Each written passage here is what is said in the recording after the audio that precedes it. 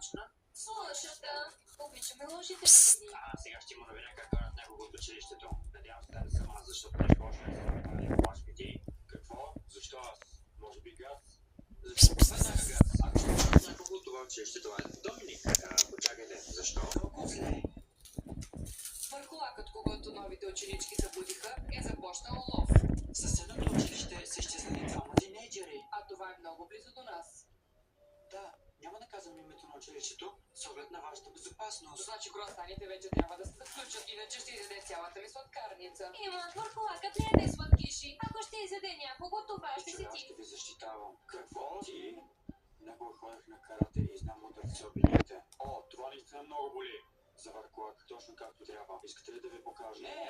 И така, деца, ние не знаем какво може да очаква нашето училище, Затова нека всеки да се обади на родителите си и да им каже, че може да изчезне. за да няма после пред... Ти просто не разбираш. Върху лакът ще се влюби в теб и ще те отвлече. Някъде тук има ловка, но не вярвам, че този върхолак е толкова зъл. Настя ни е пипал и Дусия също.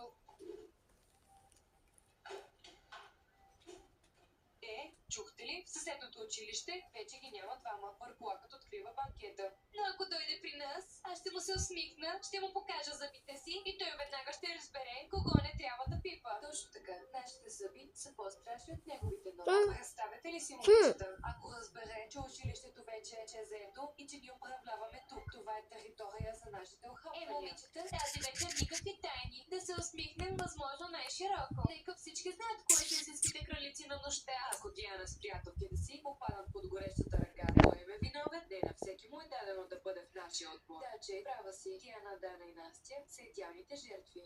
Те са такива сладки розички. Отличен план. Новите за страстта. На Виктория Секрет. Кого да напръскам? Мен? Не, аз съм Том Форд, не изневерявам. Окси. Том Форд е за хладна нощ. А сега е слънчев ден. Ало, мамо, така, има един проблем. Може и да не се прибера вкъщи. На мама тази идея не й харесва много. Русски. Просто днес да Значи. разбрах, че съседното отсете.